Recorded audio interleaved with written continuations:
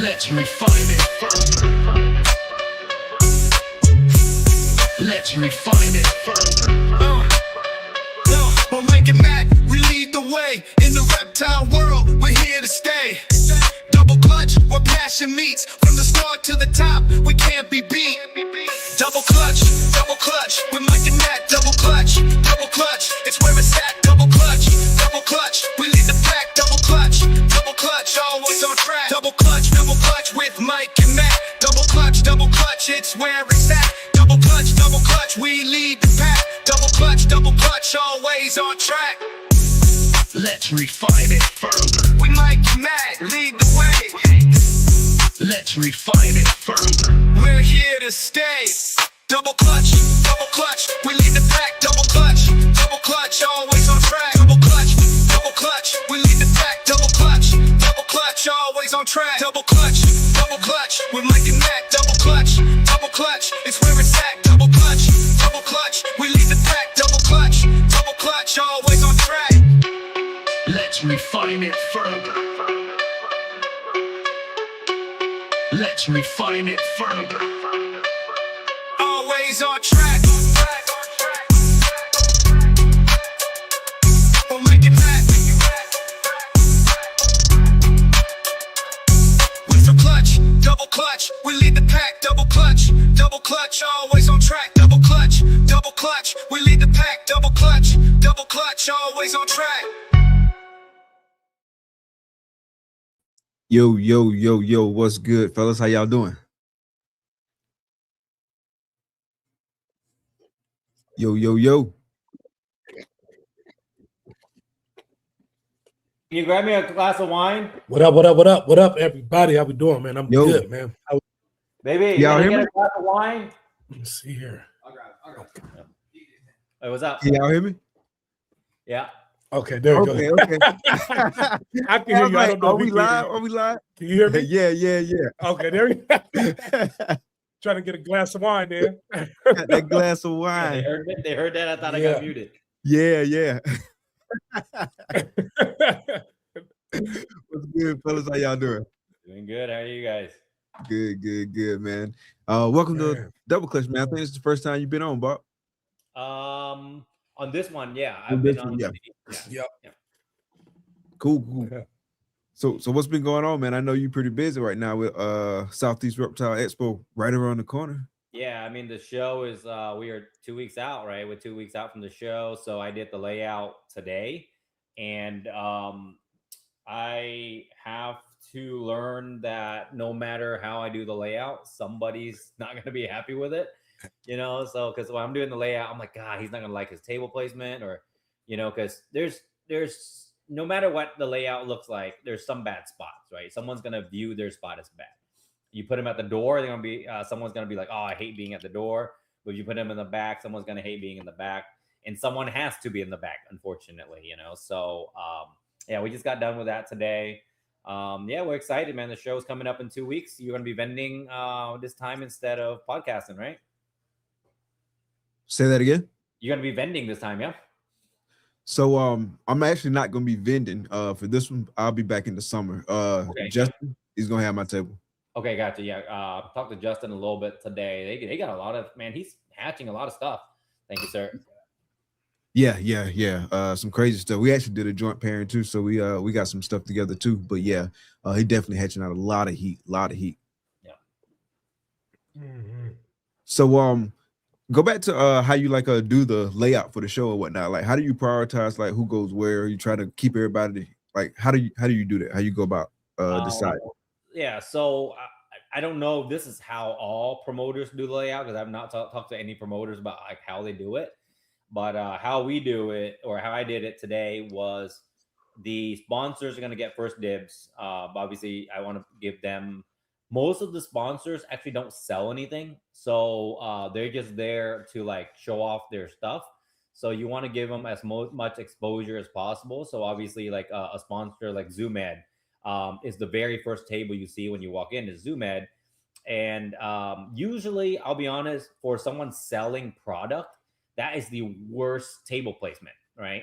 I used to go to shows at Repticon, and I'll be the first table in, and people will be like, "Oh, how'd you get such a great table?" it's really not a great table, because what you're going to hear the most is, hey, yeah, this looks really good. I'll come back later. I just got to the Yep. show. Let me walk around first. Hate that. And by the time they get back to your table, they're holding another bag from another, So that's actually a terrible spot. But for someone like ZoomEd, who is not there to sell anything, they're only there to present products. What happens is they're going to show off a bunch of products. And if you want to buy it, you would then go to one of the dry goods vendors to buy it. So someone like that, or someone like Monster Energy, our other sponsors, Morph Market, they're not really there to sell anything. So with the sponsors that are not really to sell anything, I'm going to adjust where they're going to be. And then obviously with us having Snake Discovery there, we're trying to put the most kids friendly type businesses nearby them, and I don't want to be that guy, but like certain products doesn't need to be in the front, like 3D printed toys and driftwood and stuff. We can push back towards closer to the back. And I prioritize stuff that are more sensitive to heat and cold. They'll be away from the load-in door, so that every time we open the load-in door, all that cold air doesn't come in. Cool. So the driftwood guy is going to be at that load-in door. Just small stuff like that is what I think about, because I've vended a lot of these shows. So I'm like, okay, I don't want to be next to the load-in door because I have live animals. So we're going to put the dry goods guys near there. And so we go from basically prioritizing animal health, sponsors, and then we kind of just put in what draws in the most attention is going to get the front-facing banners most of the time. So obviously, me. Yeah, but like there are certain setups that is going to draw people in. Brian Susan's one of my favorite vendors. He sells tree monitors and geckos and stuff that other people don't really bring to shows. You don't see him a lot, so I'm gonna put him a front-facing end cap because it draws your attention in. Everyone knows Canova being one of the top dog, or if people say the number one guy in the industry. You want him facing the front so that people will see that and automatically, oh wow, this is a high-end show, and walk in. Yeah. And the one thing, you've been to the show multiple times, so like the one thing about our show is, yes, we're trying to put together a quality show, but it's also a lot about appearance. So when you pull up to the venue, it's a clean venue. It's a very, it looks very high end. And when you walk to the door, there's a nice staff that'll greet you. And as soon as you walk through the door, it's just nice banners, nice displays. And what that causes, it builds an environment where you're more willing to spend money, especially as a parent, right? So like as a set of parents, if you're taking your kid there to buy an animal, if you were going to go to a show and it looks kind of run down, looks like a swap meet type deal, maybe you're willing to spend $200 or $100 that weekend.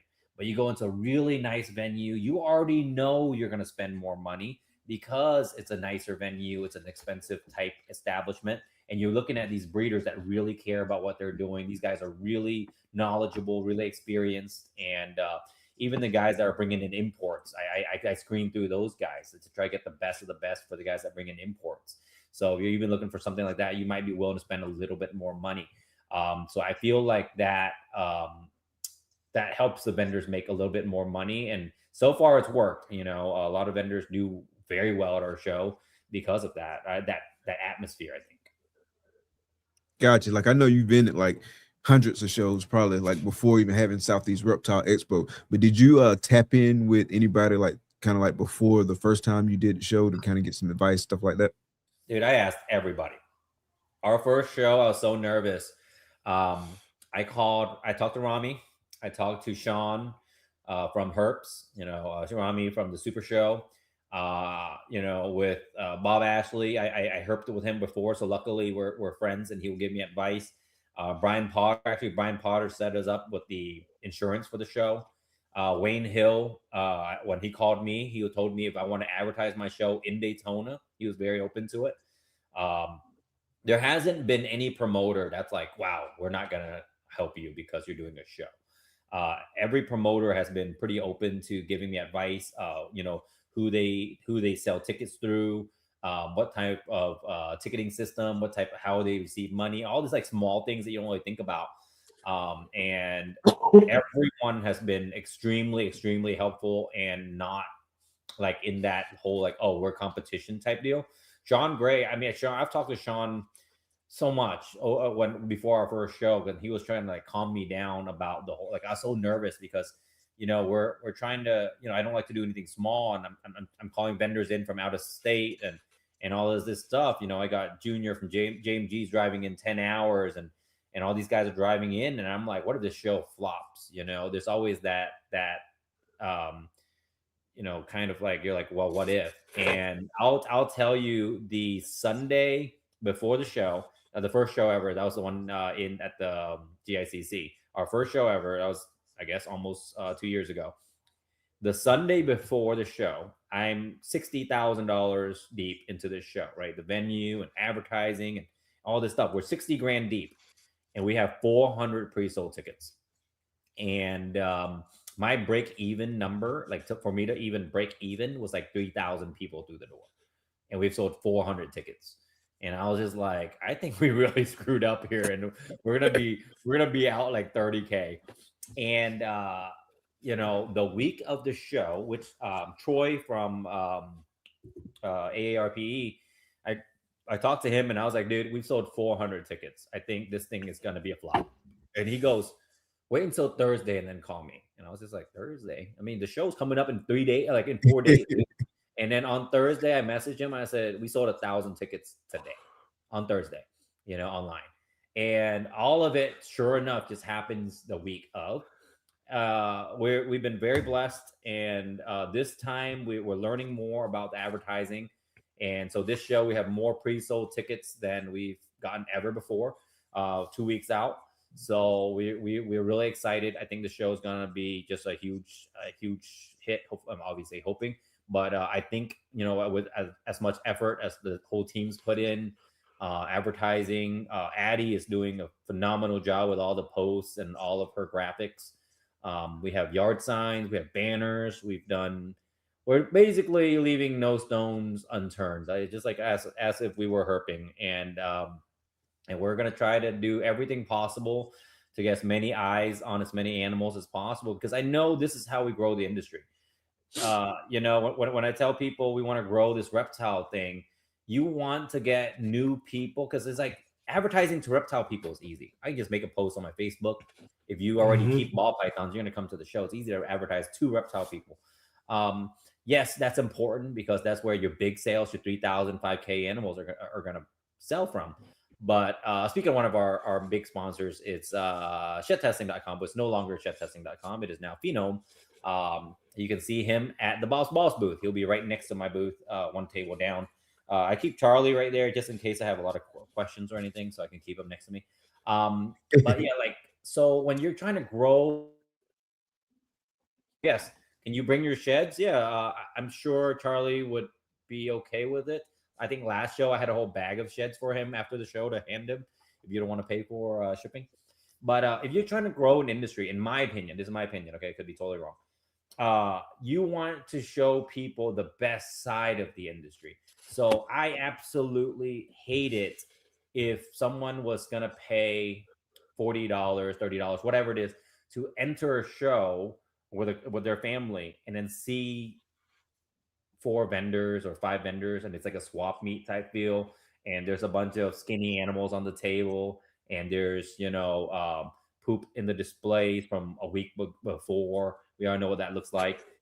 I've had vendors lie to me before as I come up to their table and ask them how old a snake is, knowing that snake has never had its first shed before.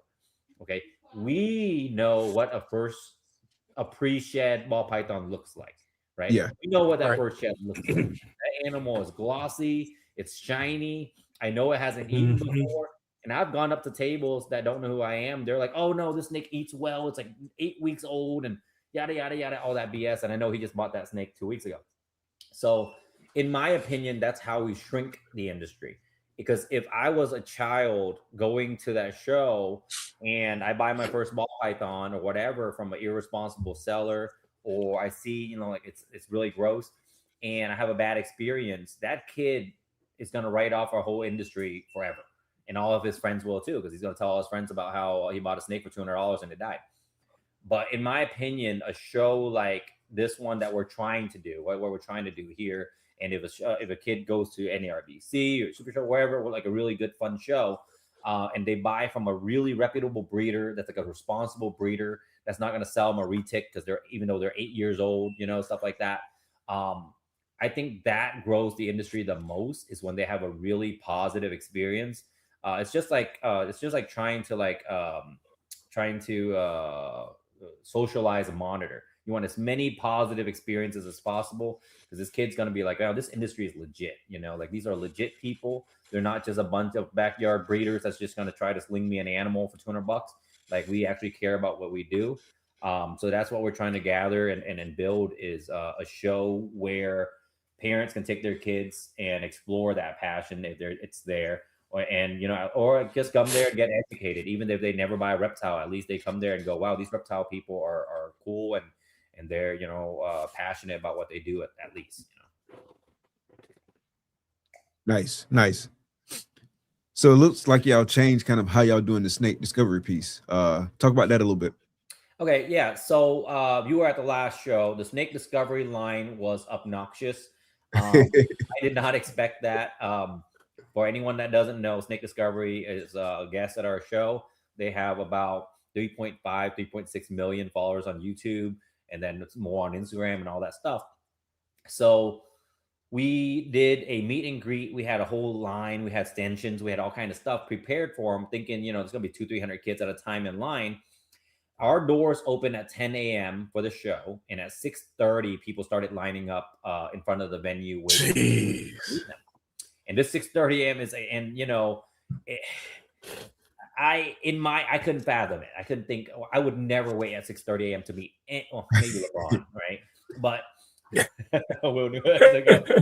But, yeah, for me to be like at 6:30, parents are lining up with their kids to meet Ed and Emily. But to me, Ed and Emily are just two reptile people because I've known them for a few years now. They're just friends. They're just Ed and Emily. But for people who've never met them before, just watch them on YouTube, they're like celebrities. You know, they're like, oh wow, we look up to these people. And by 8:30, fire marshal came in and said, hey, you're gonna have a problem within the next hour if you don't open your doors because it's gonna be too many people in these halls.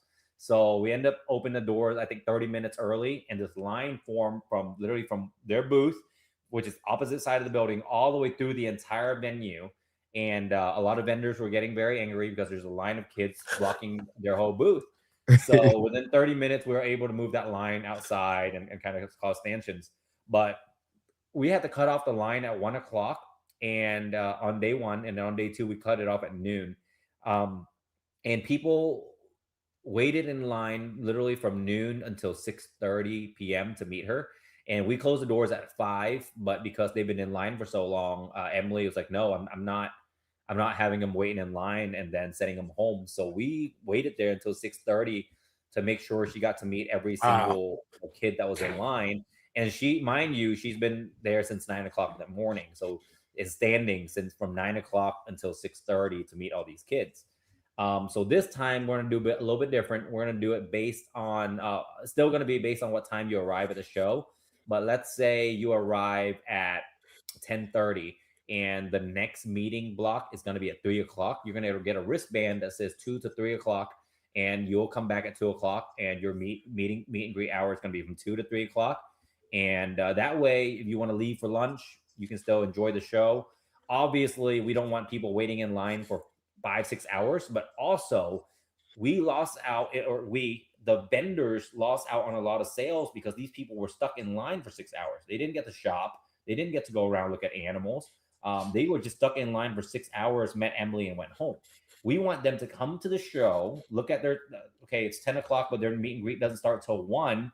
Great, walk around the show for 2 hours, go to lunch, and then come back, buy some stuff, you know? So this way, the vendor's going to have a better chance of making money off of these 2,000-3,000 people that you know she's going to be able to go through.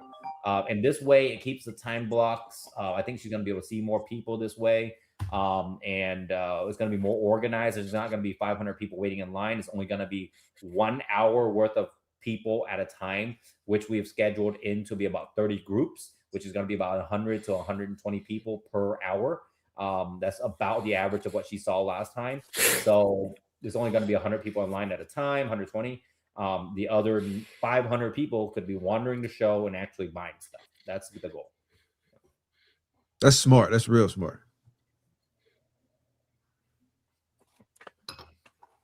I got Man, I got you a got a question. I'm trying to be quiet. Yeah. No, you get no, because I have one, and not to change the subject a little bit, but about when you were talking about the shed testing and Charlie being there, or people bringing sheds. Is there ever? I don't know if this is something you've talked about with Charlie, but To while do you're it on saying that, I site. thought it was dang, that might be cool. Yeah, to do like, or at least a demonstration. Like, is he able to like bring something, do a demo on site to show people like what goes down when it comes to shed testing? Yeah, I don't think he's gonna bring his magical coin that he flips every time, but uh, no. So we've been in conversation with this. I think it is possible. I don't know if it's possible this show or this year, but I think it would be possible down the road. Charlie, feel free to chime in.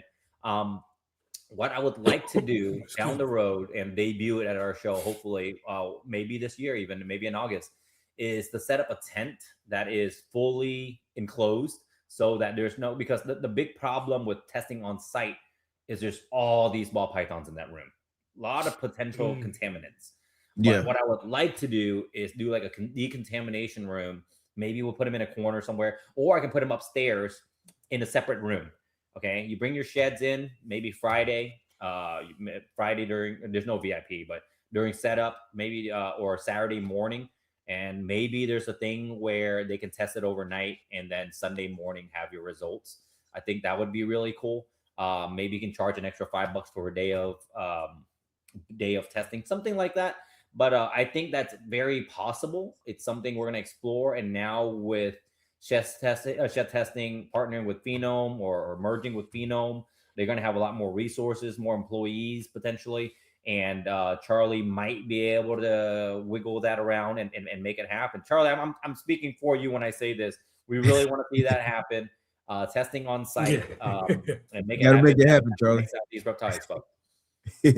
So talk about that. Yeah, by the August show. For sure. Like with Phenome, I'll be being there. the newest sponsor. Talk about how like that relationship developed and how that came about. Okay, so I've been working with Charlie for almost 2 years now, and I'll send him random sheds, and I talked to him last year about sponsoring our show, and he was like, "Sure, why not?" And so he was very accommodating when it comes to our sponsorship, and he supports the show. Want to see it grow and all that, and obviously I want to see his business grow because I do all my shed testing through him, and I like shed testing through Charlie. Again,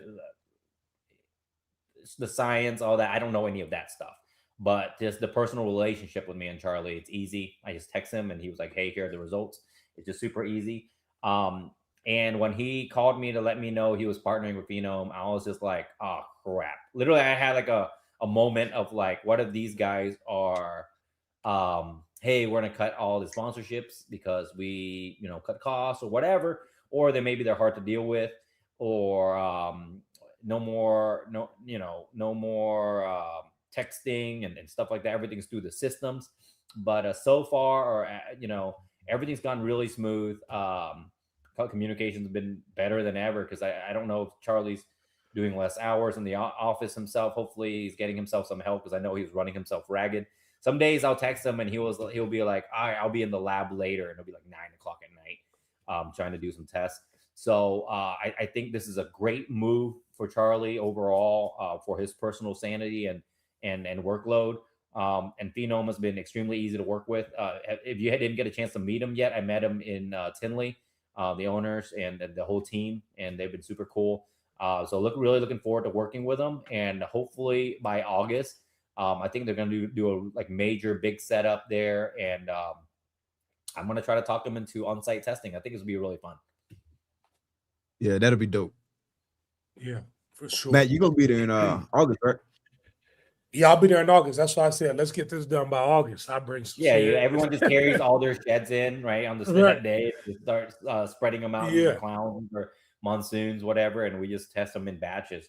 And I've seen a lot of these. Like, okay, I've known Ben from RGI for a long time. I know Charlie for a long time, and I know Dr. Ari from Japan, and they've all talked to me about the process of it. And I will tell you now, I have zero clue what they're even talking about. I'm like, I breed ball pythons, dude. Like, you need to explain this in way simpler terms. And when they're trying to explain to me the process and the priming and trying to break down the DNA, and I was like, you know, just tell me if it's head or not, man. Yeah. So even if they tried to explain the process to me in person, I don't think it would. And Charlie stayed with me, for he stayed overnight, so 2 days here, and I still didn't learn. I'll be honest, I couldn't absorb any of that information. Yeah, it definitely gets technical. Like that's not my wheelhouse at all. It's real science, not what ball python guys do. Not bro science. Yeah, right. Hey, I heard you say that you don't. So do you not have a VIP? You guys don't do VIP at your? We don't do a Southeast VIP, Reptile and Expo? let me explain why. In my opinion, other than Tinley, potentially Daytona, I don't know that it's worth paying for a VIP for any other show. I'll be honest. I've gone to hundreds of shows. Back in the day, I would buy VIPs just to get in early and get the best deal, buy the best animal. Now Tinley, yeah, I would get in early, try to get the best animal. But at most of the other shows, for vendors, even it's not worth having a VIP because now I have to wake up an hour early, and set up early and clean and do all that. And have you been? What's the last show you guys have been to? Me is the Sacramento show out here in Cali. Does that Sacramento show have a VIP? No. Well, no, they do, but it's in the morning. It's like an hour before the regular doors open. Okay. What is the turnout for that VIP like? It's god awful. As a vendor, nobody. I mean, you might get like 100 people that come through there for the VIP. There's no point. Yeah. So VIP for Daytona was like 50 people. VIP for Dallas is like, that's just vendors hanging out at that point. I got to wake up an hour early to hang out with these other vendors. Tinley VIP is absolutely nuts, right? Friday, there's 500 people walking around. Saturday morning, the only complaint I have about Tinley VIP, again, I hope Potter don't ever see this. The only complaint I have is freaking 7:30, man. Are you kidding me? We're all out Friday night, and I got to be there at 7:30 to set up. It's a little much, but yeah, none of the other VIPs, in my opinion, is worth it. Tinley's the only one, and if I'm going to charge an extra, sure, I would make an extra. Let's say 100 people pay for the VIP. Yeah, I'm going to make an extra $2,000. That's pretty good, but now I have to be there an extra hour early. Vendors have to be there an extra hour early. I got to print VIP on random stuff. There's some risk, I guess, inherently, but there's not really much. But now it just pisses off your vendors having to be there an hour early to see 100 people, and it's just not worth the hassle. That makes sense. It makes total sense. So, are you doing anything else different this go around with the show? The venue is a little bit different. You're not gonna be there, so you won't see the layout. It's a little bit different because there's another event next door. So because we're one of the newer events at this venue, we don't get priority like booking for dates. So basically they're like, hey, this is the only dates available for spring. You either take this date or you're the weekend before Tinley. And I'm like, ugh. So we're taking this date. And luckily, because we've been at the same venue 2 times for August, they're giving us our choice of dates ahead of time. So I was able to lock in our dates August 1st and 2nd, all 4 rooms for the next 5 years. However, for winter, we've only been there once. So we take the date we can get. And then hopefully moving forward, we'll be able to pick our dates, get the rooms we want, and, for a foreseeable future, so that everyone's tables are always consistent. So whatever table you're at in August, that's pretty much where you're going to be for the next August moving forward. And I'm hoping that if we can sign in for all 4 rooms in spring moving forward, then that'll be your table pretty much every show. Before I got into like the show thing, I was just thinking, I'm like, it should be easy. I call the venue, I want these dates. But no, there are shows that book 10 years out. There are shows that are there every year. Dang. There are shows, cheerleading competition is such a big thing in the South. There's a cheerleading competition every single weekend in spring in Georgia, in Atlanta. There's each venue. So that same weekend as our show, there's a cheerleading competition next door in one of the rooms. That's why we weren't able to have that same setup. But that cheerleading competition's been going on there for 20 years. So it's not like, hey, can you boot them out type deal. I actually offered double money for them to move the cheerleading competition to the ballroom, which is same size, but they said no. They've been in that same room for 20 years. They're not moving.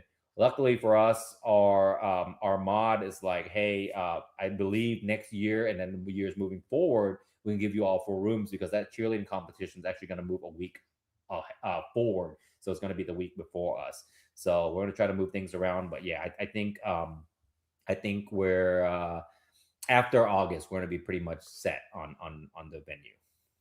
Was But it that's the one 4 thing that's rooms gonna last change. time?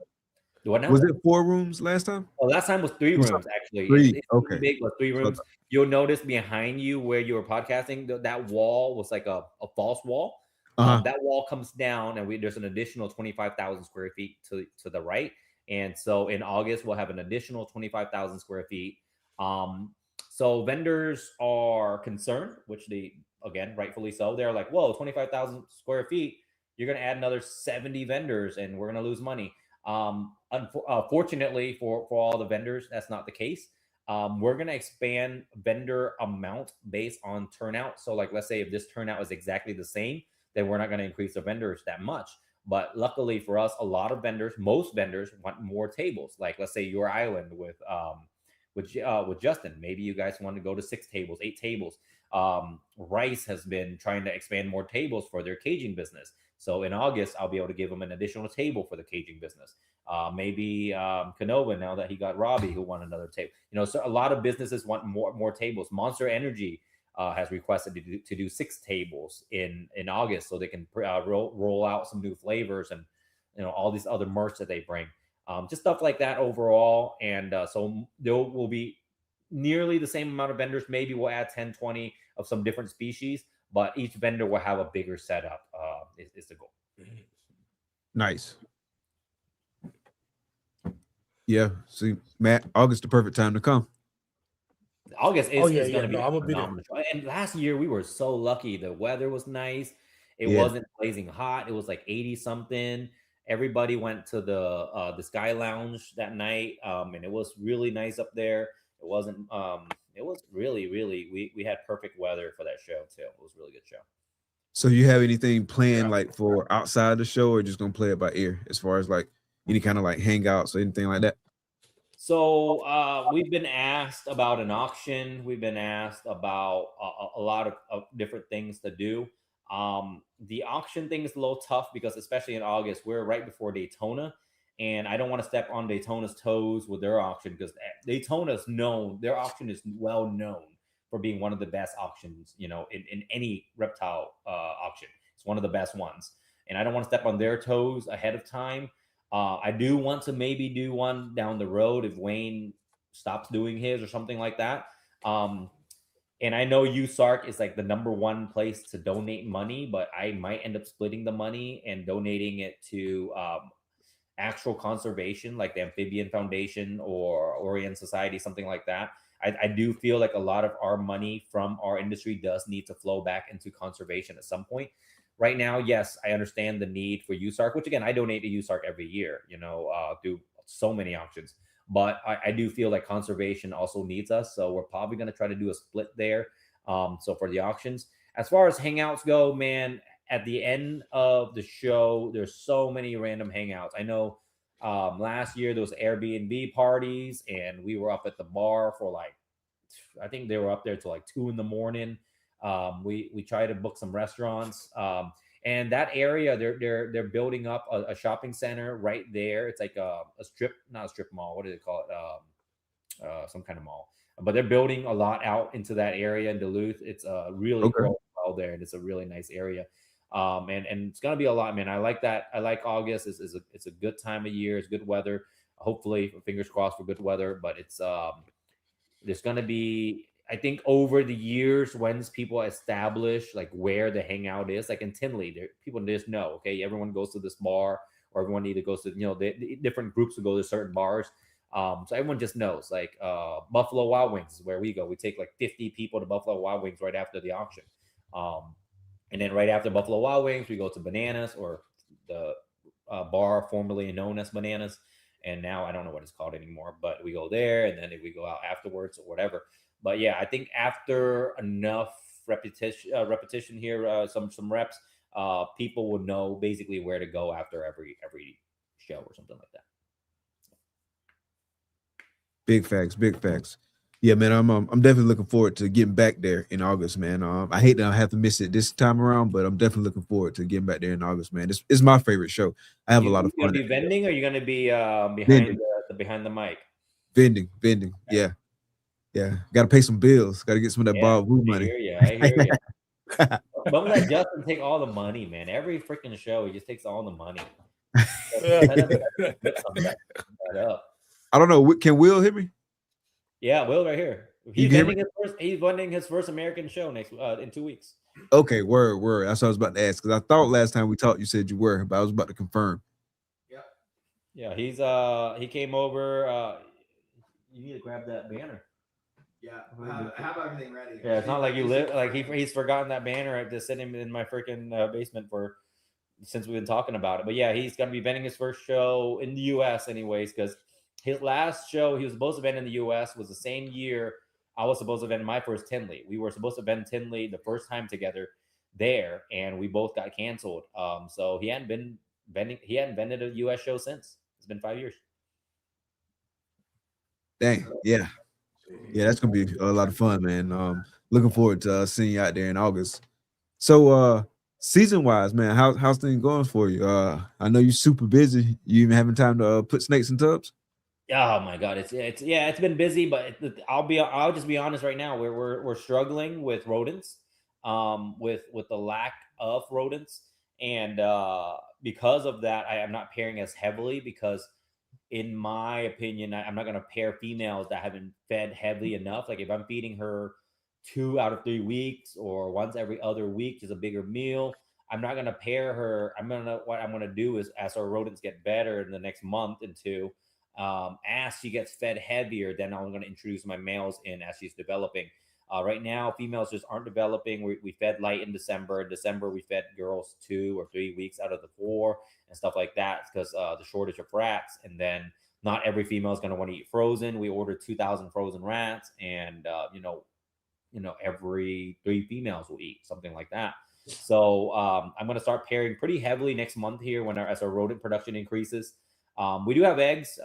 We pulled 4 clutches so far for the year, which is kind of light for this month, but it's okay. We usually get about 10 to 12 clutches in January, and then we start ramping up as it gets closer to June is where we pull the most clutches. So I need to pair really heavy between now and early March to get our ready for June, July, August.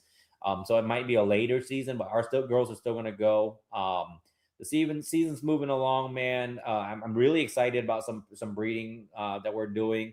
And black-headed pythons are paired up right now. They're locking, okay. And I have 2 females that are developing. Garter snakes are looking good. Looks like they're going to drop pretty big litters. Rosy boas look like they're probably going to go.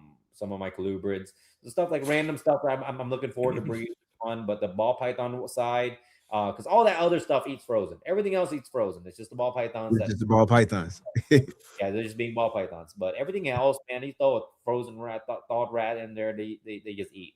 But with the ball pythons, we're short on rats. And I was mentioning to you guys behind, when we were backstage, is the newest venture is doing the rodent barn. Where we've been working on that over the last 2 weeks. My guys. I've been lucky. My guys that do our snakes are able to do everything else because I'm like, hey, we need to trench water and power to this rodent room, and it's like 300 feet. And they're like, cool, we'll rent a trencher and we'll do it. So they trenched this past week, water, power, internet, all out to that rodent room. And we still got to run power inside the building. We've gotten the metal buildings up, concrete up. Drywall comes in on Monday, stuff like that. So we'll be finishing that out in about roughly 1 week. We'll be ready to move rodents in. Nice. How long did it take you guys to get everything like going? Or I'll to be the honest, ground, I should say? it moved fast. It was the second week of December when I decided enough's enough. I've been paying enough money for rats. Second week of December, I called one of the guys that helped me build my snake room, one of the contractors, and I said, I want to build a rat room. And he was like, what? So I'm sitting here on the phone with him, explaining to him what we're trying to do. And I told him, I was like, I want this thing done before the end of January. Is that possible? And he was like, anything's possible if you pay enough. And I was just like, well, also, here's my budget, you know? And he was like, budget. So, oh, my head. Yeah, I've been drinking, man. That's probably why they're like, why are your hair so glossy? I've been drinking. That's glossy. Oh no, But, I think you're talking about Will's head. Will. Oh, I'm like, why? Oh, Will got big ones. Will head always shiny, man. Oh, have you never seen Will? So Will, he has like this thing that waxes his head or something, I think like that. But anyways, so it's been 3 weeks since we started, and the first week was just concrete. So the first week is just them clearing out, excavating, putting more dirt on to kind of level it, and then pouring the concrete, and then however many days for it to cure. And then obviously it was New Year week, so it was kind of tough, getting them to come out. And then we ordered the metal building, but the metal building takes like 6-7 days, whatever, for them to cut all the metal. They came out here. I was so very surprised, man. They started Monday this week, and by Wednesday they were like, "Okay, cool, you guys are done, ready to move in." And I was just like, "Y'all took literally 2 days to put up a 1,500 square foot building," and that was super impressive. But so that's done. They already did the spray foam today, and then they have to come back on Monday to do another layer because I want a really thick layer of spray foam. The heat in Georgia is something else, man, and you don't want rodents struggling with this type of heat. So the spray foam is really going to help prevent us from summertime struggles and having that nip in the summertime. So we're doing 4 inches of spray foam on a closed cell insulation, and so we'll be done with that Monday. We'll come in drywall. So we started New Year week, and we'll be finished probably next weekend is the 23rd. I'm expecting to move in. So 23 days we'll be done with a 1,500 square foot building. Yeah, that's not bad. Get you right up and going. So when you guys are at like max production, is it just for your collection, or are you gonna be like selling some as well? The goal is first, I would like to be 100% sustainable of feeding my collection by June. I know it's like a tall order, me telling the guys, hey, you have 5 months to figure this shit out and feed all of our stuff in 5 months. We're buying in breeder size female rats. We're buying in, all this stuff. We already have the racks. I have 10 ARS rodent racks sitting back there. I have 255 series polycarbonate tubs from Will's house that I want to be building racks out of and getting those ready. So we have the equipment. We just need the rats to get going and getting into a flow of things and a system in place. By June, we should be feeding all of our own stuff. It's 1,500 square foot is so much room. You should be able to mass produce quite a bit of rats.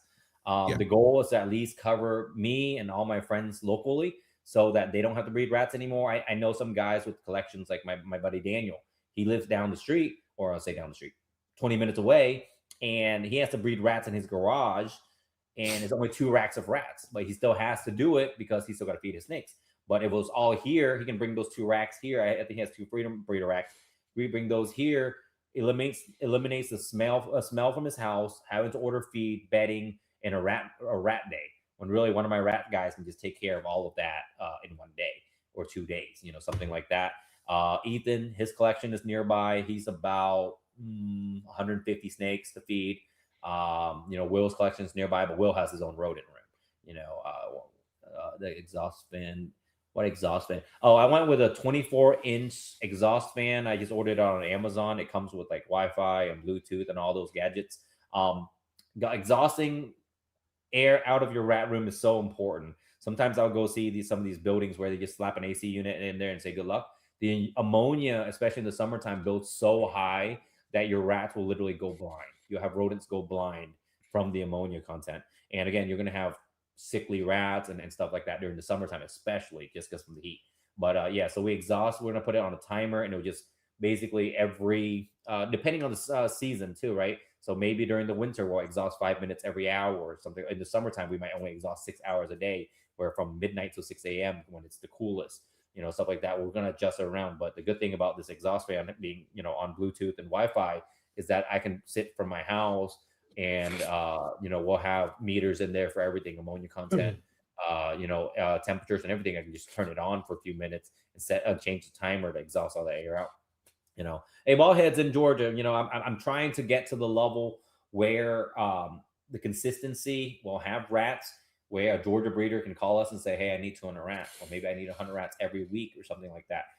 That's why we went a little overkill on the size. For my size collection, I can probably get away with a 20 by 30 and produce enough to feed my entire collection. But if I'm going to have to order feed by the pallet and bedding by the pallet and pay a full-time employee to do rats down the road, I might as well produce enough to, offset some of my costs. Yeah, for sure. For sure. So going back to, no, go ahead.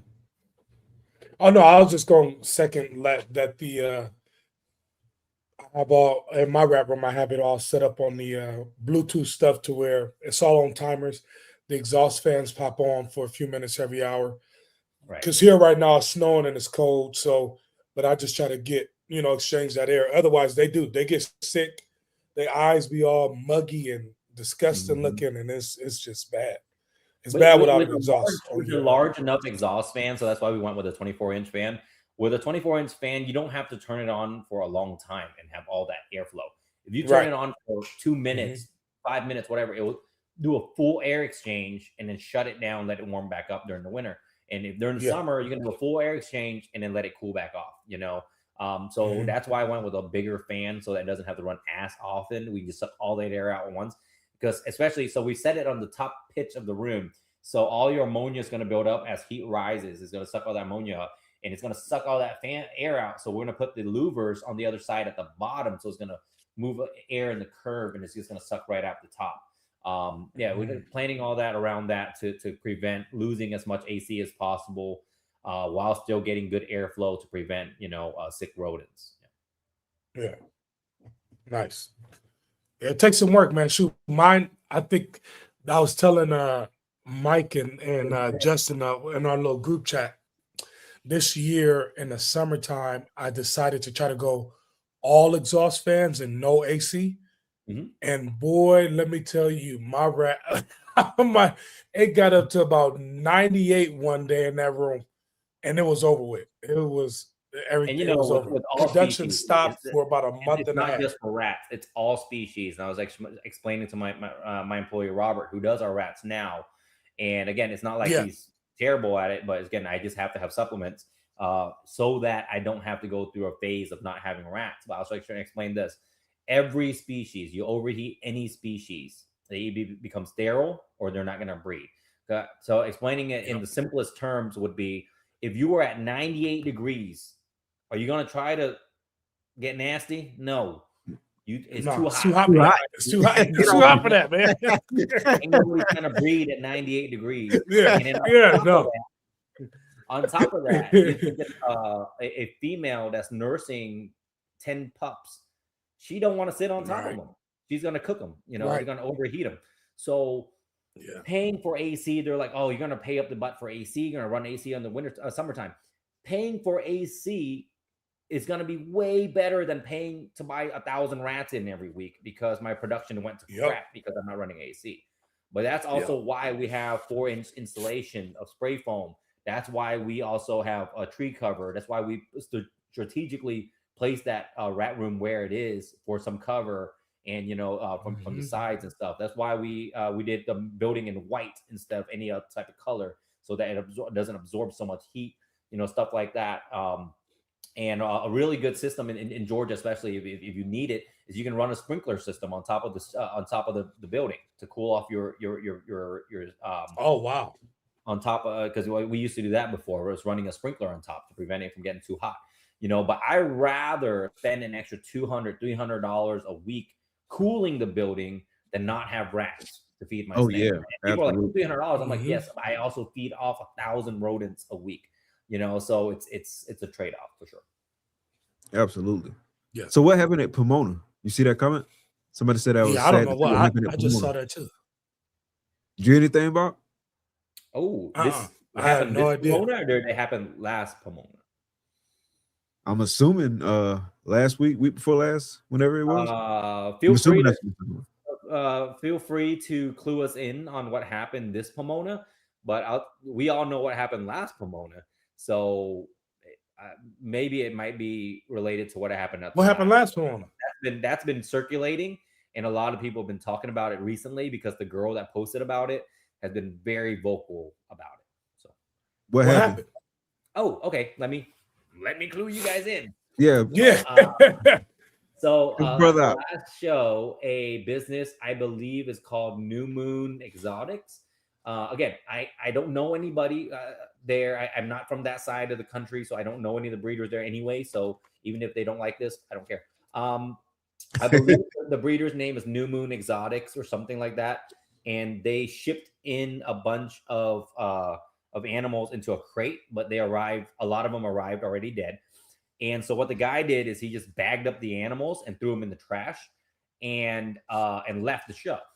And at the end of the show, one of my buddies, Alexander Huang, and a few other breeders went and saw that there was dead animals in the trash. However, there was like 50 animals that weren't dead.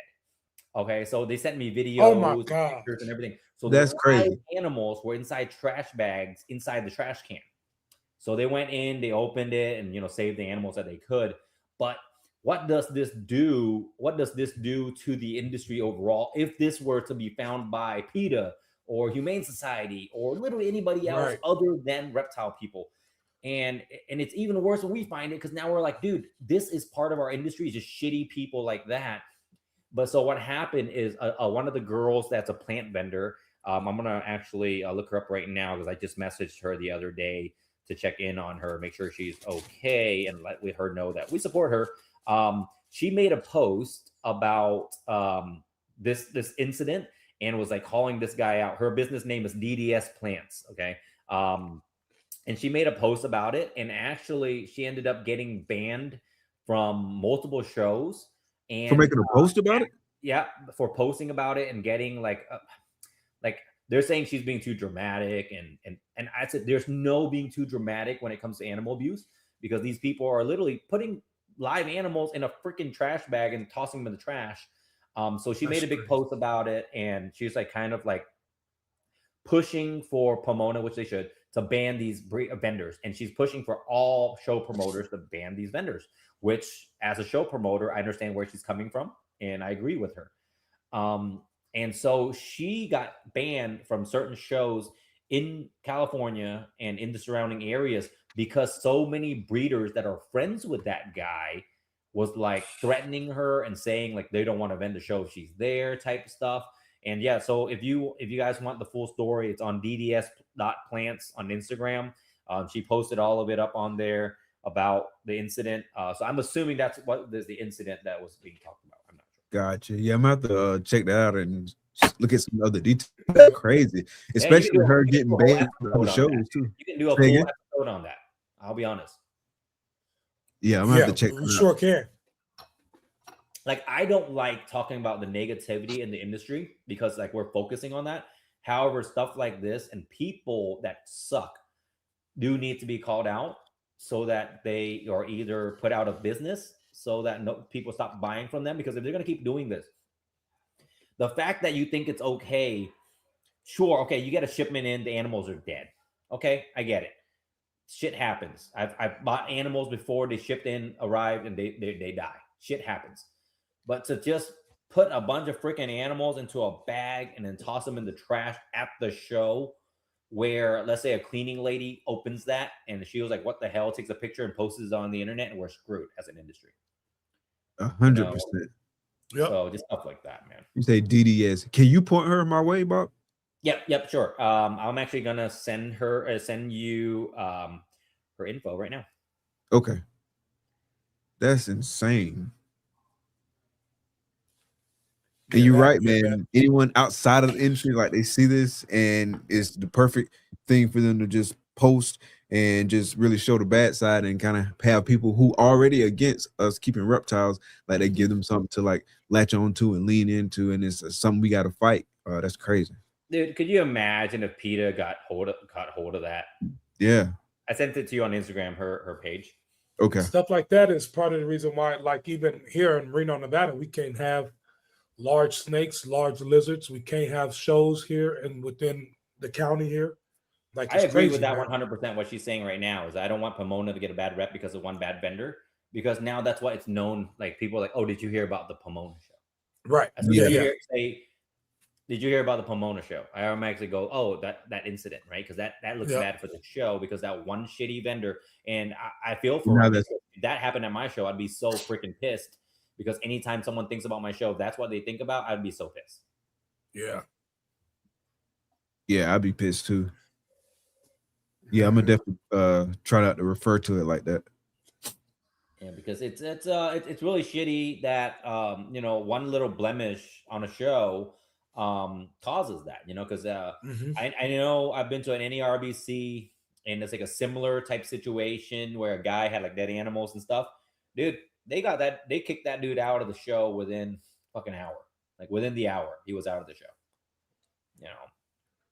So Yeah, we definitely got to police ourselves. Otherwise, someone else it's will not like step in and try to do Rami it. knew about this. I'm sure if Rami knew about it, he would have taken care of it. Oh yeah, 100%. Oh, yeah. Show, and this guy threw it in the trash. There's no way for him to know about it, to take care of it. It's just a shitty situation. Right. Yeah. Yeah, I'm sure he would have. He's a good dude. I met him when I've been at that show 2 years ago, and that was a good time. Yeah, man, super cool guy. I mean, again, what he's doing over there, getting 50,000 people through the door at a show, It's crazy. It's insane. That's like a freaking Taylor Swift concert. It's crazy. It's crazy packed. That hopefully this coming up year, I'll be able to start vending down there again and do it. I just got to lock in. Have you not vended it before?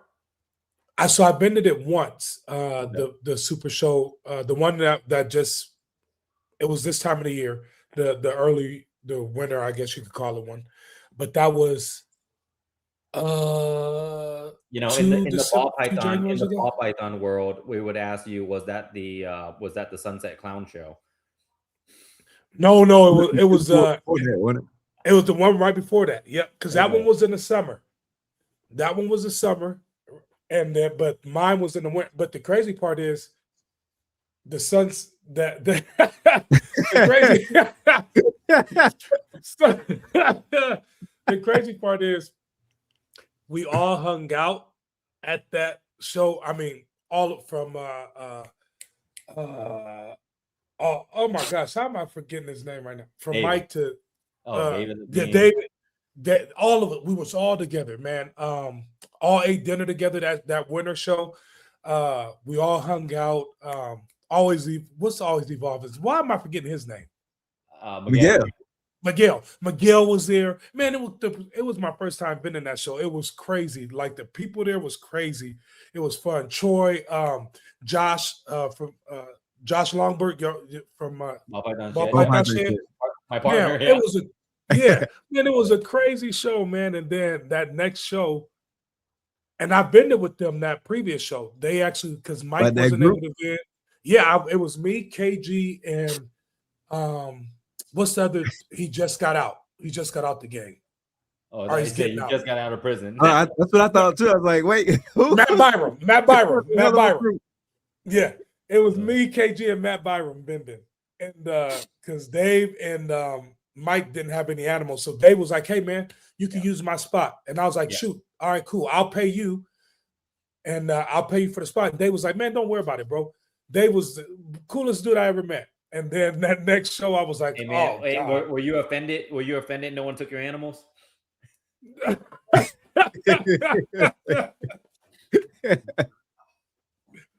Hey, I'm like, man, that whole situation, man. Yeah, it was wild, man. I feel sorry for all them that like that whole situation was pretty bad. Mm-hmm. It just kind of crumbled, and man, it's crazy though. It's the world we live in. Situation. Wild situation. I had a good. I mean, obviously, I'm not in it. I'm good friends with David, and then I talked to him like the day after. It was like posted that it was missing, so we've been talking, and everyone has their theories and shit like that, right? And David's like the nicest guy in the world, and I felt bad because I made so many memes and reels and poking fun at it. And I actually messaged him and I'm like, hey man, I'm sorry, but this shit's hilarious. And he goes, no, it's fine, because he understands. But yeah, it's a shitty situation when especially because it happened in house. Like, right, it would have been not as painful if it was just like a random breeder from another state that did it, but in house is definitely makes it worse. Yeah. Yeah. That hurts. That- That hurts everybody.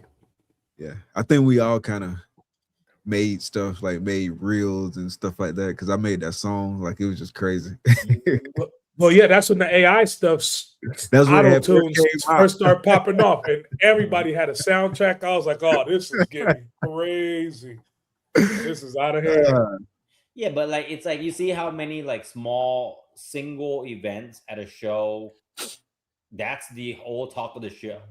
Like Right. it doesn't matter. Like if you sold a 10K snake at that show is known for freaking the Sunset Clown show, and then this last Pomona show is going to be the Trash Can Animal show. And it's just part of the deal. Just like the last Tinley, there's always event happened there. So it's just like it kind of takes over the show a little bit. Yeah, it sucks. It sucks. It is what it is. At the end of the day, you can't stop people from being people. That's for sure. Hey, but for the rest of us looking in, at least we got something exciting to talk about, and memes. It's tough to be in the group of that happening, obviously, but yeah. Yeah, you hate to see some of that stuff. Oh man, especially to guys that you sold animals to, or guys that on the internet well, and all of a sudden this shit comes out, and you're like, "Whoa, dude! I just shipped them a snake like 3 months ago. It was cool," and then all of a sudden, Yeah. Man. So what's your thoughts on like some of the big I know you saw the post the other day about like some of the big companies like coming into the reptile industry. Like, what are your thoughts on some of that stuff? Okay, so I've talked to quite a few people about that. Actually, it's become quite a big topic. Obviously, everyone knows I'm good friends with Darian. So I talked to him. I called him to kind of like get an idea of what he was thinking and what he was. I want to know like where this post is coming from, because I commented later on to see, I wasn't commenting that I was agreeing with him either, because I told him how I felt about it, but I was commenting to more of defend him as a person, as people were attacking his character, not so much his post. Right? He makes the post, hey, these big companies are coming in, they don't care about reptiles, they don't really care about us, they need to make money, and again, that's all businesses at the end of the day. But people were all going on there and attacking him personally and using his post to like advertise and making all these weird comments. And but you're seeing Chewy. I mean, the main ones he's named is Chewy, Palm Street, and stuff like that. But at the end of the day, I had the conversation with him. Palm Street is no different than Morph Market. It's just a mom and pop type shop that opened up as a website. And just because it became a multi-million-dollar bigger corporation over time doesn't mean it's, coming after our industry. It's not like it's a humane society coming after our industry or anything. However, do I agree that Palm Street is helping our industry? I don't think so. In my opinion, it doesn't. However, do I think that it's hurting our industry? Like they're attacking? No, I don't think so either. They're just trying to make money. At the end of the day, Palm Street's trying to make money. There's money to be made in the reptile industry. We all know that. Right. And if they're taking 10% cut of every sale, and you got to think a sale happens every 3 minutes on there or something like that, they're making a lot of money. So they're going to keep pushing into our industry the more and more. If you hate them, it's different. If you like them, you feel different. And if you're neutral like me, I don't really care. They're just trying to make money. For Darian's side, obviously that's competition, direct competition. Right. You're talking about a company that's a listing site, an auction site, all of that for reptiles now. So it's competition. It's different. And it's no different than any other business owner calling out another business that's intruding into their business. It's fine. I don't mind it. But Chewy, on the other hand, is a little bit different. Chewy is a dogs and cat store to start with, a animal store, and then now they're pushing more into the reptile side. Why are they pushing more into the reptile side? You'll notice they're at every major show. They're sponsoring every major show and stuff like that. But why are they pushing into the reptile side? It's because dogs and cat sales and dog food sales have been lowering every single year over the last decade. And the reason for that is millennials and what's the generation before after ours? Gen X. Gen X. No. Gen Z. Gen No, Z. Z, yeah, Yeah, Z. Gen Z. Gen X, millennials and Gen Z don't buy horses, dogs, cats at the volume they used to anymore. Our parents' generation valued dogs. They bought dogs because, on our parents' generation, they didn't travel as much as we do. They don't have to work as much as we do because 2 generations ago, one income supports your whole family, which means now there's a person at home and kids and stuff take care of the dog. In Right. our generation, it becomes more difficult because our generation and the 2 generations younger than us are going to have to work more hours to make ends meet, which means they don't have as much time to walk their dogs or stay home on weekends. And if you want to travel, and you'll notice also millennials and Gen Z don't have as many kids, right?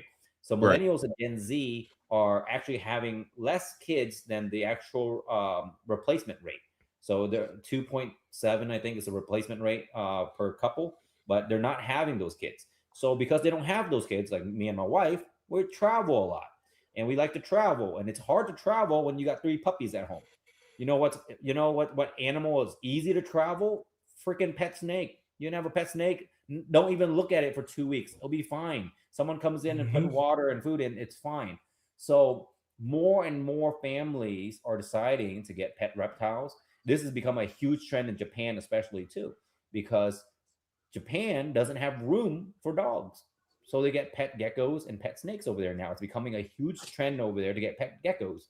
Gecko market is booming over there. Between fat tail geckos and leopard geckos, one of their biggest species that they sell over there, because people don't have room for dogs and cats. So Chewy is picking up on that. Hey, our animal sales really going down, but reptile market is growing. The reptile industry being only 4% of our overall industry, because we are a very small part of the pie, right? We're 4%. 4% of Americans have reptiles. Imagine if we just grew to 6% or 8%. Crazy. Double. If we double, just 8%. That's a really low percent. If we're at 6 or 8%, our industry literally doubling, adding an extra $1 billion into the industry. So they're like, whoa, maybe we want to go ahead and get a piece of that. So they're sponsoring the shows, they're getting their name out there. Maybe they'll have their own show, whatever it is. And you can't really blame a company when they're seeing their other margins cut down. Maybe they want to increase their margins on the reptile side. Very hard to blame a company like that. They have to stay in business too. And it's just natural progression of it is major corporations are going to come in when there's a lot of money. They didn't want to come in to this industry 20 years ago because there was no money. There's only 10 guys in the whole industry making money. But now in our industry, we have companies that specifically only make a light bulb or only make chip, only make exact things. So now more companies are going to come in. They're going to see the margins. And is it bad for our industry? It's going to be bad for some part of the industry. Obviously, for competition, if you're competing against Chewy, it's going to be bad. Is it bad for some of the manufacturers? Like if you're building cages, it might be bad for you because they're going to order hundreds of thousands of cages from China. That's going to be $80. And if you're making a cage at home to sell at a show at $150, you can't compete. Maybe it's bad for t-shirt companies. You're making very specific niche t-shirts for the reptile industry when these guys can crank out thousands at $3 a piece and outcompete you, stuff like that. So yes, there's going to be good and bad, but also these companies, again, I'm going to be advocate for both sides. These companies are going to pump millions of dollars into our industry between being at a show, sponsoring, lowering prices on some of the products, adding new products, and then advertising at a large level. Chewy being 17 million subscribers on Chewy. Chewy has 17 million subscribers. That means they're going to be able to advertise reptiles to 17 million people. That's going to help grow the industry too. So there's good and bad for both of it, in my opinion. And I'm one because I get my rodent food from them every month. So imagine if they didn't do that.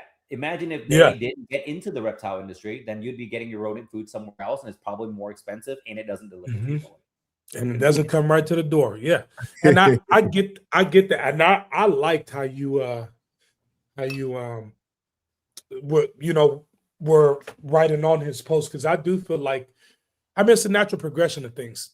The very people that were saying all this stuff, well, Darren, isn't this what you did when it came to, now you got shipping, and now you got this, and now you got that.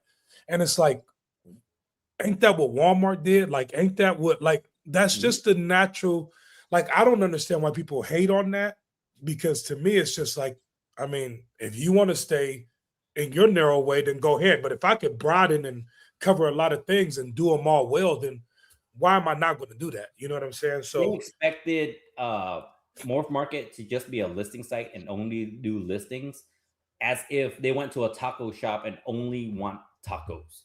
But if this taco shop starts selling fucking burritos, I'm out. Yeah. Y'all doing Right. too much.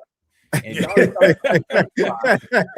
you're now impeding on Burger King because you're selling French fries. And the minute you start, no, they help us sell reptiles. Okay. Yep. Okay. Auction is a way to sell reptiles. It's not an auction. First of all, there's no true auction sites that were just 100% auctions for reptiles in the first place. Okay. Right. Morph Market added auction to their site. Shipping is just a natural progression of adding that into there. And if they're mad that because what other shipping companies are getting put out of business, other shipping companies, this is not like hidden information, by the way. You can ask Darren and he'll tell you. Other shipping companies had the opportunity to merge with Morph Market. Yeah, he said it on the show. He said it on our show. He came on here. He said, cool, for X amount of your business, I want a cut. Obviously, he's not going to do that shit for free because it costs 50 grand just write out the code. For X percentage of each label, I will have your company ship through Morph Market. These companies turned it down. Okay, well, he's got to ship somehow.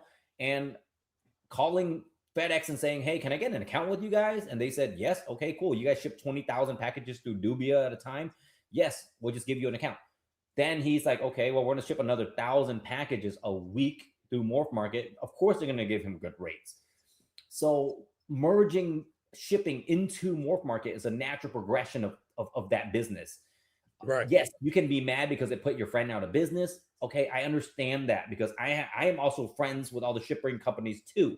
I've known Robin a long time. I've known Mike for a long time. I've known Chad for a long time. Debbie, I understand that because it's tougher on their business because Morph Market being the largest sales platform and now they also have shipping. Of course, it's going to suck for those people. Is it going to suck when he went and gave 75% discount? Yes, it's going to suck for those people having to compete with him. But for the rest of us, Right. It shows the good and bad. It's just like Chewy. Yes, it's going to suck for the competition, but it's good for me ordering rat feed that delivers to my door. Yeah. Yeah. So it's kind of a double-edged sword. No matter which side I take, I can take one side or the other. People are going to get mad anyways. So I'm going to take the side that, again, I've known Darian for years. I've known him before he bought out Morph Market. I've known him. And since he's bought Morph Market, I've been able to at least give my input on the changes. And some changes that he calls me about are just dumb. I'll just be honest. I tell him straight up when he calls me and he wants to do this. And I'm like, that's the dumbest. Sometimes he lets his emotions and ego get ahead of him. And he's like, we need to do this. And I'm like, why? And he'll be like, well, someone made a post saying this about Morph Market. I'm like, you're about to change the entire website because one guy got mad about something? One guy that's probably going to quit the industry in 2 months anyways because that dude's always mad. Yeah. Because it's expensive to make changes, to your point. But because he reads all these posts. That's why you notice he's not on Facebook as often anymore because he needs to stop reading all these damn posts. And he needs to stop reading the replies. And as an owner of that business, he needs to keep a level head and make decisions for his company, not because of someone being angry that their business is not thriving. It's not his responsibility to try to help every single business on his platform. I get it. You want to make sure everyone makes money. You want to do what's best for the animals and your sellers. but that's not your responsibility at the end of the day. You can't help make the sale for them. You can give them the tools, you can give them auctions, you can give them, listings, you can give them the sales, whatever the sales feature, all these other features. You can give them as many features as possible. It's up to them to use it. Okay, I know breeders that haven't updated their ads in 6 months. They haven't changed the weight. They haven't changed a picture. And they're like, man, these sales suck. No one's clicking my ads. So now he added a feature where it deletes the ad automatically after 6 months if you haven't adjusted it. And someone cut them out last week because of that feature. Because they had to go and redo all their ads because they deleted all their ads after 6 months. And I was like, dude, if you haven't adjusted your weights or picture in 6 months, you haven't made any edits, it automatically deletes after 6 months because the program assumes that animal's either dead or sold. You haven't adjusted 6 months. Yeah, I saw somebody get upset because it wasn't 3 months. Like, you can't make everybody happy. You can't make everybody happy. Because this guy's going to get mad that his ads got deleted because he hadn't touched it in 6 months. And I was like, first of all, you should be adjusting your pictures. If an animal in my collection doesn't sell after like 6 weeks, I'm like, what's wrong with his ad? Is the ad not good? Do I need to refresh it? Do I need a better picture? Do I need new weights? What do I need? And these, you'll leave an ad for 6 months, it gets deleted automatically, and someone's getting mad again. Whatever he does, someone's going to be mad. Just make the changes that's best for your business, and best for what you feel is best. Again, what he thinks is best for the business, what he thinks is best for the industry might not be what you think it is. But again, he's been running this business long enough. He's been successful, and he's been, in my opinion, he's done good for the industry. So just use your best judgment in that opinion. Got you. Big facts. Matt, you got any more questions? No. I'm gonna make sure I go see what listens I got and update everything by a gram on bulk. I'm gonna just click bulk. Yeah. Hey, that's it's as simple as that. Adjust something, and it refreshes itself. Every time you make an adjustment, it refreshes itself. Yeah. And if you don't make any adjustment in 6 months, it automatically deletes. And I feel that makes sense. 6 months. I mean, come on, man. Something changed in 6 months. Yeah, something. Hasn't gained any weight in 6 months. It's the problem. Like, we got bigger problems. Yeah, we got bigger problems. For sure. Yeah. No, I don't have anything other than that, man. But no, I appreciate your time, man. Even going off script and talking about other stuff with us. Yeah, it's perfect timing too. Yeah. Glad to it's time for the refill. So can I get some wine? Hopefully I'm sure the show will go great next week, man. And I'll be out there in August, man. And I'm gonna try to come out a few days early. I'll hit you up, man, because I would love to be able to see your building, especially that room. Either come out early or come out late. Stay like an extra 2 days. It's probably better if you can stay like Monday, Tuesday or something. So because I have nothing else going on after the show. Like once the show's done. Oh yeah, that makes sense. Yeah. But before the show, that will work. I'll be all over the place. We're running around. Like 2 days. Will's down the street. Will's 20 minutes away from me, probably less. And then I'm here. Obviously, if you can get in touch with some of the other breeders. I mean, Georgia's. I'll be honest, man. Everybody, Georgia's stacked. Georgia's. If you're a ball python person, Georgia is where it's at. There's a guy north of me. I don't know if you've ever heard of him. Trying to think of his business name. They're pretty good. They just changed their name, Justin something. But yeah, about 2 hours north of me. There's never heard of him. Yeah. Right. That makes sense. I'm gonna definitely stay out there for a few days and make some trips around. If you're a herper, man, Georgia in August, it's good herping. You go into the mountains, it's nice and cool at night. Herping's good. Adeline stays with me for about a week or two, sometimes probably 3 weeks this coming time, because she's gonna stay all the way till Daytona. So we're probably gonna drive up to the mountains the following weekend and herp for a weekend. And man, it's nice. It's really fun. So try to stay a few extra days if you can. Yeah, for sure. Okay. Yeah. Nice, Bob. Before we get out of here, one last quick plug for Southeast Reptile Expo. Southeast Reptile Expo, guys, January 31st and February 1st, August 1st and 2nd. Come out. Really, we have, in my opinion, some of the best breeders from around the country that we invite in. In August, we're going to have even more. If you breed a very niche market, contact me. If you're breeding only basins, or you're only breeding, a Chinese king rat, something extremely specific and niche, contact me. I'll try to get you a table. You know, I don't need 92 more ball python breeders, but you know, I can definitely use some of these niche species. It really helps the show, you know. And when someone pays good money to get into a show, a reptile show, not a ball python show, I want them to see reptiles. I want them to see more than just ball pythons. Even though I breed ball pythons myself, I want people to be exposed to all the other species and have options. So if you breed niche market species, contact me. I'll try to get you a table, especially for August. We want as much representation as possible. And just come out to the show and hang out. And if you're even contemplating vending, come out first. Come out and see the show before you vend. Before I vend at Tinley, Dallas, St. Louis and stuff, I always attend the show. And I'm like, dude, this show sucks, or this show's awesome. I want to be here. So come out to the show and figure it out. What kind of creds are needed to be a ball python breeder? Man, I know that's Mikey. Mikey in there. He already vends the show. Man, come on. I'm gonna be there in 2 weeks, Mikey. Nice, Bob. This has been amazing, man. Really appreciate you coming out, man. Really appreciate you chatting with us about the show and about some of the other stuff, man. It's always a blast when you come on the show, man. But that's going to do it for tonight, man. Big shout out to everybody who hung out with us throughout the show. Big shout out to the replay only gang, audio only gang, all y'all, man. We appreciate the support. For Double Clutch, I'm Mike. That's the homie Matt. That's the homie Bob. The lovely lady behind the scenes is Takara. Thank y'all for coming out. Be blessed. Oh, one second. The name of the podcast is Double Clutch. Have you guys ever double clutched a ball python? No. It was just like a play on words. We knew it wasn't like ball python. I'm gonna throw it out there. You can do it. Oh, you can? I'm gonna throw it out there. It's not a same double clutching as like a clubrid where you're getting it every 6 months or whatever, but you can definitely in one 12-month period get 2 clutches of eggs. I've gotten a clutch, let's say January, and then another clutch in October.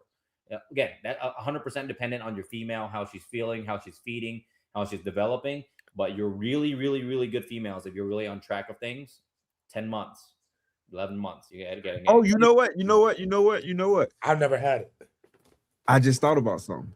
Remember that Mojave Hypo girl that I got from you? Yeah. And then I sent her back. She double clutched because she went like 10 or 11 months later. I have to go back and look at my records, but it was like 10 or 11 months later. I forgot all about that. One female that lays every 10 months, and it's been 4 years in a row. So I'm thinking in my head, if she lays every 10 months, every 6 years, I get an extra clutch. You know, that's crazy, bro. I'm so glad you stopped us and said that, because this whole time we've been doing this show over a year now, I never thought about that girl. But what's even crazier is I got her from you, Matt, and then you got her back from me. That's crazy. Double clutch. There you go. All right, man. Appreciate it, man. Y'all be easy. Thanks everybody for tuning in. With Mike and Matt, we lead the way. In the reptile world, we're here to stay. Double clutch where passion meets. From the start to the top, you can't be beat. Double clutch, we're